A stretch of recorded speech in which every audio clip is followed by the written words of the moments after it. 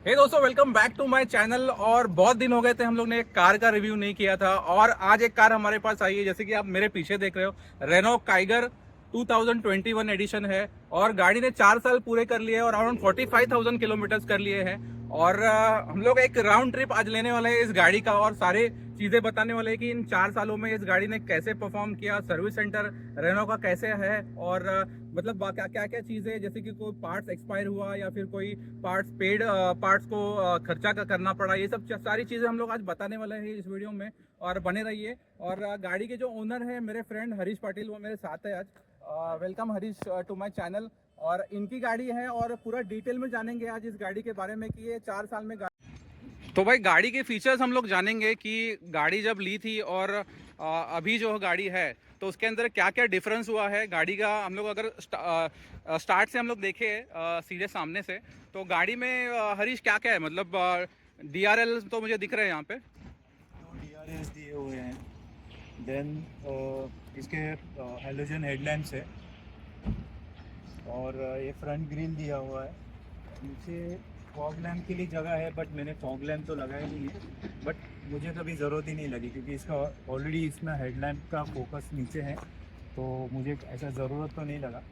बाकी और ये मैं यहाँ पर देख रहा हूँ कि यहाँ पे ग्रिल का यूज़ बहुत ज़्यादा किया गया है। जो ग्रिल वाले पार्ट्स है ना, ये शायद आपका शायद ये रस्ट हो गया है, लेकिन ग्रिल के पार्ट बहुत ज़्यादा इसके अंदर यूज़ किए गए हैं। करेक्ट। हाँ, तो ग्रिल बहुत यूज़ किया गया है। और हम लोग साइड प्रोफाइल अगर देखें तो yes, the USP of this car is this tyre. मतलब जो टायर की साइज़ है ना, तो आपको यार मतलब R16 है। यस, 195 60 R16 है। और ये गाड़ी मतलब बिकने का रीज़न मोस्टली यही है बिकॉज टायर प्रोफाइल बहुत अच्छा है इसका। और गाड़ी में जो आप देख सकते हो कि जो इसका जो इसको बोलते हैं ग्राउंड क्लियरेंस, या ग्राउंड क्लियरेंस बहुत ही अच्छा है। 210 है। 210 का ग्राउंड क्लियरेंस है। और मतलब ये गाड़ी है ना, अगर हम लोग ऑफ रोडिंग के लिए जाएंगे ना तो बहुत अच्छा साबित होती है और चलने में बहुत अच्छी है ऑफ रोडिंग में।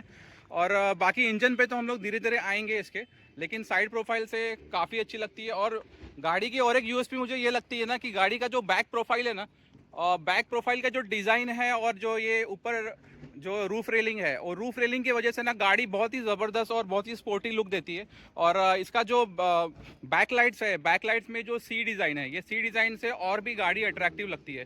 तो यस, गाड़ी जब लॉन्च हुई थी डिज़ाइन के वजह से काफ़ी ये चर्चा में थी गाड़ी, और डिज़ाइन से ही ये बिकी है गाड़ी। और बिकॉज छोटी गाड़ी है, माइक्रो SUV कह सकते हैं इसे हम। माइक्रो SUV होने के बावजूद और जिस प्राइस पॉइंट में ये गाड़ी लॉन्च की गई थी, वो प्राइस पॉइंट बहुत ही अट्रैक्टिव था फॉर द कस्टमर्स, और उस वजह से ये गाड़ी उस वक्त बहुत बिकी थी। रिसेंटली इसका फेसलिफ्ट एडिशन भी लॉन्च किया गया है और प्राइजेस अगेन बहुत ही अट्रैक्टिव रखे गए हैं। इस रीज़न से ये गाड़ी मार्केट में काफ़ी बिकती है। तो दोस्तों, हम लोग अभी गाड़ी के अंदर आ गए हैं, और गाड़ी के अंदर जो चीज़ें दी गई है, हरीश तो पहले बताइए कि ये कौन सा एडिशन है। ये RXT ऑप्शनल एडिशन है, जो RXZ और RXT, जो इसको आप सेकंड टॉप बोल सकते हो। मतलब टॉप मॉडल RXZ है, तो एक नया वेरिएंट निकाला था। मैं जब भी गया था, मतलब उसी 2021 में न्यू वेरिएंट निकाला था, जो RXT एंड RXZ, जो टॉप एंड और मिड रेंज के बीच में वाला वर्जन निकाला है, जो ऑलमोस्ट सारे फीचर्स जो है तो टॉप एंड जो कार में है वो फीचर्स ऑलमोस्ट और ये ये कार में इसकी दिए ऑन रोड कॉस्ट क्या थी। उस समय ऑन रोड कुछ 8.64 लैक्स में मुझे मिली थी। ओके, तो ये सेकेंड मोस्ट टॉप एडिशन आपको 8.64 लैक्स में मिली थी। तो मैं कह सकता हूँ काफ़ी प्राइस अट्रैक्टिव प्राइस था और काफ़ी रीजनेबल प्राइस था। और ये आप गाड़ी के मैं आप फीचर्स आपको दिखाऊंगा कि तो गाड़ी के अंदर ग्लव बॉक्स अगर मैं देखूँ तो 2 ग्लव बॉक्स है इसके अंदर। और ये ऊपर का ग्लव बॉक्स है जो पेपर वर्क के लिए मोस्टली यूज़ होगा, और नीचे जो ग्लव बॉक्स है काफ़ी स्पेशियस है, जैसे कि आप देख सकते हो इसके अंदर गाड़ी के मतलब डायरी की तरह पेपर वर्क रखा गया है और काफ़ी चीज़ें रखी गई है। और इसके मैं देख रहा हूँ तो स्क्रीन भी दिया है इस गाड़ी के अंदर, जो नॉर्मल एक टैब की तरह लगता है, लेकिन और थोड़ा अट्रैक्टिव हो सकता था इससे, लेकिन ये टैब की तरह दिया गया है। और obviously the controls, AC control और बाकी चीज़ें, ये सब चीज़ें दी गई है। आर्मरेस्ट है, यहाँ पे स्टोरेज दिया हुआ है। ओके, तो ये देखिए ये आर्मरेस्ट दिया गया है और ये काफ़ी मतलब स्पेस है इसके अंदर। ये बहुत सी चीज़ें इसमें आप रख सकते हो। ऑर्गेनाइजर भी लिया था, जैसे मुझे कप होल्डर वगैरह चाहिए था ट्रैवलिंग में, तो मैंने वो organiser extra edge edge accessory लिया है। ओके, तो ये गाड़ी में जो ये स्पेस है ये वहाँ गाड़ी में इनबिल्ट ही आता है। यस। ओके, तो यस मतलब कंसोल में काफ़ी स्पेस है और जैसे कि आप देख सकते हो कि स्टीयरिंग कंट्रोल्स भी इस गाड़ी में दिए गए हैं इस एडिशन में, और आई गेस कीलेस एंट्री भी है इस गाड़ी के अंदर। स्मार्ट की स्मार्ट की एंट्री भी है और start stop button. Start stop button है।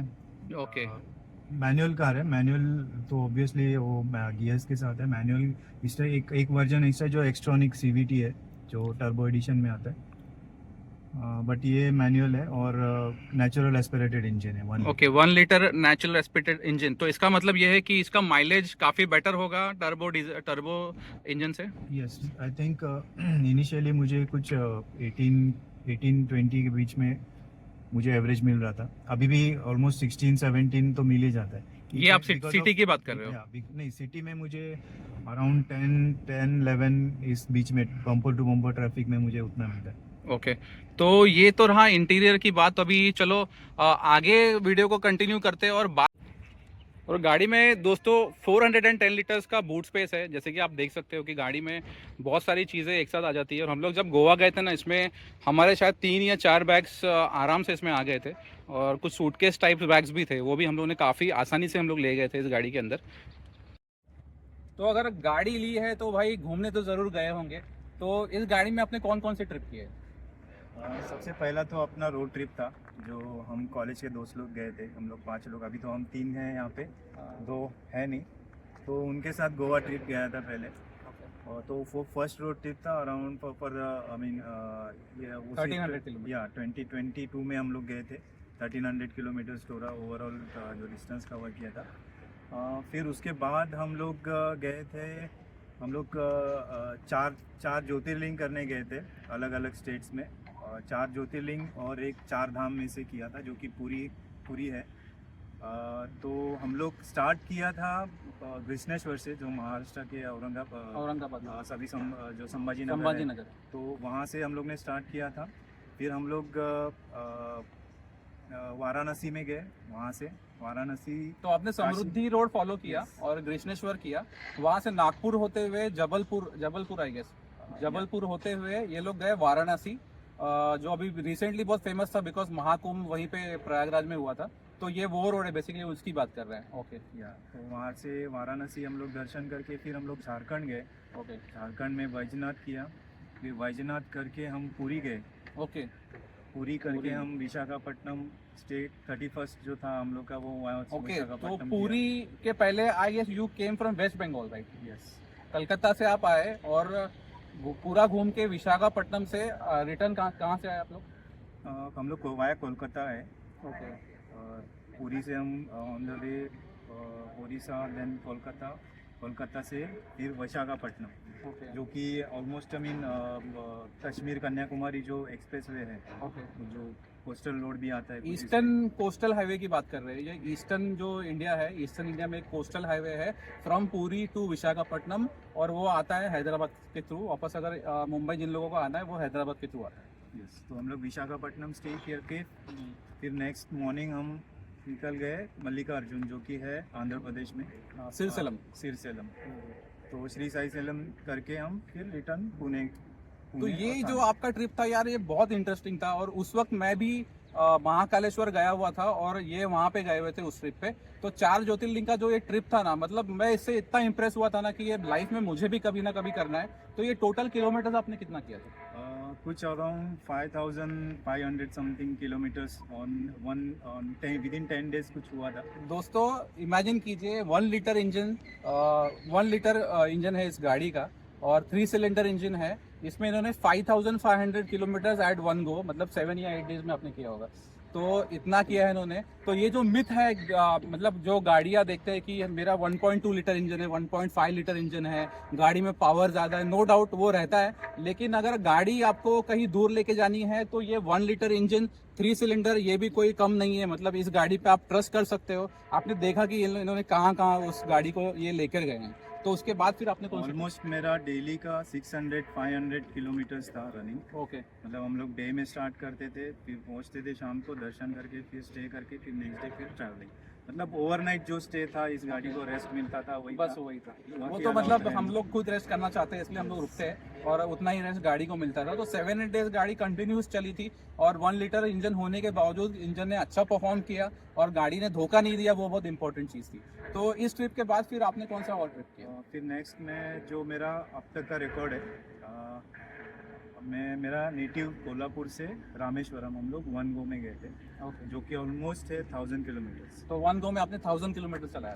तो हम लोग स्टार्ट किए थे कुछ 5 o'clock in the morning, we reach Rameswaram at around 2 AM in the midnight. तो 2 बजे हम पहुंच गए थे।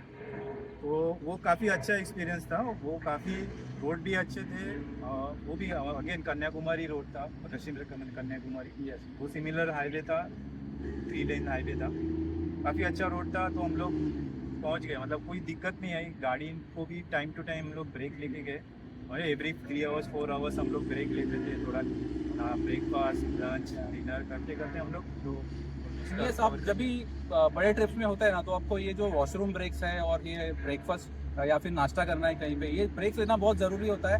गाड़ी कोई भी हो, 1.5 लीटर इंजन हो, 1.2 हो या 1 लीटर इंजन हो, गाड़ी को जो बीच बीच में ब्रेक्स है उसकी ज़रूरत होती है लॉन्ग ड्राइव्स में। और बाकी आप जो ट्रिप्स करते हो, जैसे कि आपका नेटिव कोल्हापुर है, तो कोल्हापुर आना जाना मैं तो सुनता रहता हूँ कि हर 3 या 6 महीने में आप आते जाते रहते हो, तो वो ट्रिप तो आपके काफ़ी हुए रहेंगे इसके अंदर।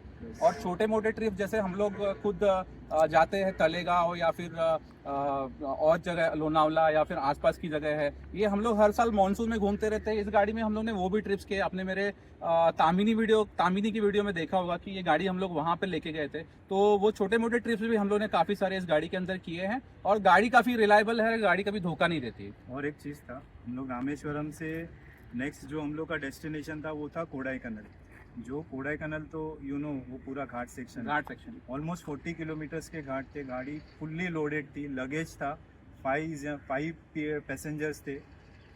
तो मुझे टचवुड स्टार्ट टू एंड कभी कुछ इशू नहीं आया। गाड़ी 1 लीटर में बोल ही नहीं सकता हूँ, ऐसे स्मूथली वो पूरा घाट का कुछ इशू नहीं है। दोस्तों गाड़ी होती क्या है, मतलब कि गाड़ी जब साइज में बड़ी होती है और अब हेयर पिन बेंड्स पे चला रहे हो ना, तो गाड़ी का जो हम लोग जो डाइवर्ट करते हैं ना, गाड़ी को हम लोग बेंड लेते हैं, वो बेंड पे गाड़ी हो सकता है बंद पड़े। ऐसा जनरली होता है, हम लोग लोनावला जाते हैं, कई जगह जाते हैं, मैंने कई जगह देखा है कि गाड़ियां बंद पड़ जाती है। तो उसके अंदर इंजन का रिस्पांस बहुत ज़रूरी होता है। गाड़ी को जैसे कि इन्होंने बताया कि 4 साल हो गया और ऑलमोस्ट 45,000 किलोमीटर्स हो गए। तो गाड़ी को लेने के बाद कौन सी चीज़ें हैं, कौन से पार्ट्स हैं जो वेयर आउट हो गए और कौन से पार्ट को इन्होंने पैसा दिया या फिर वारंटी में क्लेम किया, ये सब चीज़ें जानेंगे इनसे। तो हरीश बताइए कि कौन कौन से पार्ट आपने चेंज किए इसके लिए। अभी 4 साल में ऑलमोस्ट एक पार्ट कुछ मेरा ये हुआ था, क्योंकि लेफ्ट साइड का जो इंजन है, पैसेंजर सीट है, वहाँ से कुछ नॉइज़ आ रहा था, टक टक टक ऐसे, तो वो अंडर वारंटी मेरा रिप्लेस हुआ। अदरवाइज ऐसा मेजर कोई रिप्लेसमेंट हुआ नहीं है मेरा। 40,000 किलोमीटर के बाद ब्रेक पैड्स वगैरह चेंज होते हैं, वही तो आपका ब्रेक पैड्स जो है वो एक ही बार चेंज हुआ है। और मैंने आपको जैसे कि मेरे टियागो के रिव्यू में बताया था कि मेरा ब्रेक पैड 3 बार चेंज हुआ है। तो इसका मतलब ये है कि टाटा वाले कहीं ना कहीं ब्रेक पैड के नाम पे लोगों को उल्लू बना रहे हैं। बिकॉज मैंने मारुति का रिव्यू किया था इसी जगह पे, वैगन आर का, उसका भी ब्रेक पैड 3 बार चेंज हुआ था, लेकिन उस गाड़ी को ड्यूरेशन बहुत ज़्यादा हो गया था। और मैंने ऑरा का किया था रिव्यू, उसके अंदर ब्रेक पैड एक ही बार चेंज हुआ था। अब मैं रेनो की जनरल रिव्यू, उसमें भी ब्रेक पैड एक ही बार चेंज हुआ है। तो इसका मतलब कहीं ना कहीं टाटा वालों को ज़रूर उल्लू बनाया जा रहा है। और आगे बताइए और कौन से पार्ट्स आपके चेंज हुए? और तो मेजर पार्ट्स कुछ चेंज नहीं हुए, बट एवरी ईयर मेरा एवरी 10,000 किलोमीटर्स या 1 ईयर, दोनों में से जो भी फर्स्ट है वो मेरा सर्विस, मैं कभी सर्विस डिले नहीं करता। उसी में नॉर्मल मेरा कुछ 10-12,000 समथिंग मेरा मेंटेनेंस कॉस्ट है एवरी ईयर। तो every 10,000 kilometre 10,000 is what you पे फॉर। ओके, तो आपका जो सर्विस कॉस्ट है that is about 10,000 in year. तो आपको मिड ईयर में कोई कॉल आता है सर्विस सेंटर से कि आपको मिड ईयर में आपको सर्विस कराना होगा? नहीं, अनलेस कोई रनिंग रिपेयर है, जैसा मेरा कुछ फॉल्ट लग रहा है, मुझे कुछ इशू आया तो ही मैं विजिट करता हूँ, अदरवाइज तो है नहीं। और दोस्तों टाटा वाले क्या करते हैं, मतलब टाटा वाले आपको हर 6 मंथ्स में कॉल करते हैं, एनुअल जो सर्विस है उसके अलावा, और बोला जाता है कि आपका सर्विस ड्यू है विच इज़ नॉट कंपलसरी। आप ये आपके ऊपर है, आपको कराना ही नहीं करना है। आपकी गाड़ी में कुछ प्रॉब्लम है तो ही कराना होगा। तो देखिए जैसे कि रेनो में मैंने आपको ये बता रहे हैं कि साल में एक बार ये सर्विस सेंटर जाते हैं और 10,000 रुपीज़ का कॉस्ट इन्हें पड़ता है, कॉस्ट है। तो लेकिन सर्विस सेंटर में आपको ट्रीटमेंट कैसा मिलता है? जब आप जाते हो कभी तो वहाँ पे आपको अच्छे से बिठाते हैं, चाय वाय पूछते हैं, ये सब चीज़ें हैं। मैं रनिंग रिपेयर के लिए गया हूँ, इनफैक्ट सर्विस के लिए भी गया हूँ। तो वेटिंग पीरियड उनका है, वेटिंग लॉबी है, वहाँ पे आपको प्रॉपर कॉफ़ी या टी वाटर सब नॉर्मल जो आप एज अ गेस्ट ट्रीट करते हैं। तो आप कह सकते हो मतलब सर्विस सेंटर एक्सपीरियंस आपका अच्छा है। तो ओवरऑल अगर 2025 में मैं बोलूँ कि अगर ये गाड़ी किसी को अगर लेना हो तो आपको क्या लगता है ये गाड़ी कंसिडर करना चाहिए? Yes, I mean it's a budget जिसका कम है, जिसको फीचर्स चाहिए और अच्छी रिलायबल, अभी सेफ्टी रेटिंग भी इसका 4 है, एनकैप 4 है। एज पर जो आपका जो प्राइस पे कर रहे हो वो आपका कहीं ना कहीं तो वो आपको लगेगा कि हाँ मैं कुछ लिया हूँ, क्योंकि एज़ कम्पेयर टू अगर आप देखोगे बाकी यही फीचर्स आप बाकी अगर किसी गाड़ी में देखने जाओगे तो ऑलमोस्ट मेरे टाइम पे वो मुझे कुछ 12 लाख प्लस मिल रहे थे। जैसे नेक्सन हुई, क्रेटा हुई या वेन्यू हुई, तो वो सर सारे बजट, मतलब वो सारे जो फीचर जो मुझे इस गाड़ी में मिले हैं वो उसके लिए मुझे 12 लाख वहाँ तब पे करने थे, जो कि मैंने ऑलमोस्ट 30% सेव करके मैंने ये गाड़ी में मिल गई मुझे। तो दोस्तों इन शॉर्ट मैं अगर ये बोलूँ, अगर आपका बजट कम है, आपको एक बड़ी गाड़ी चाहिए, माइक्रो एसयूवी टाइप गाड़ी चाहिए, तो आपको ज़रूर इस गाड़ी के लिए जाना चाहिए। यस, कंपटीशन है मार्केट में, टाटा पंच है, निसान मैग्नाइट है, लेकिन जहाँ तक मैं देखूँ तो गाड़ी में जो फीचर्स दिए गए हैं उस हिसाब से ये गाड़ी काफ़ी वैल्यू फॉर मनी है। और आपको इस 2025 में अभी फेसलिफ्ट एडिशन आने के बाद ये ज़रूर परचेज करना चाहिए। और इसके अंदर जो नेचुरली एस्पिरेटेड इंजन है उसके अंदर इसका माइलेज काफ़ी बेटर है, और जो टर्बो इंजन है उसके अंदर माइलेज थोड़ा कम है, लेकिन उसमें थोड़ा पिकअप ज़्यादा है, बस यही डिफरेंस है। तो yes, this is a good car who wants to buy big car with in less money. तो यस, डेफिनेटली आपको जाना चाहिए। चलो, तो ये इस वीडियो के लिए शूट करने के लिए मैं खास धन्यवाद देना चाहूँगा हमारे राहुल जी को। और इन्होंने हमारे साथ आके आज जो वीडियो शूटिंग की है उससे काफ़ी हम लोग को मदद मिली है। और ऑब्वियसली हरीश जी का तो मैं धन्यवाद देना चाहूँगा, उनकी गाड़ी है और काफ़ी टाइम से हम लोग रिव्यू करना चाह रहे थे इस गाड़ी का, और आज मौका मिला तो आज हम लोग ने किया है review. Thanks a lot to Harish, thank you and Rahul also. तो दोस्तों ये वीडियो अगर आपको अच्छा लगा होगा तो लाइक कीजिए, शेयर कीजिए, सब्सक्राइब कीजिए मेरे चैनल को, और हाइप करना मत भूलना, बिकॉज छोटे क्रिएटर्स के लिए हाइप करना बहुत ज़रूरी है। Take care, bye bye, thank you.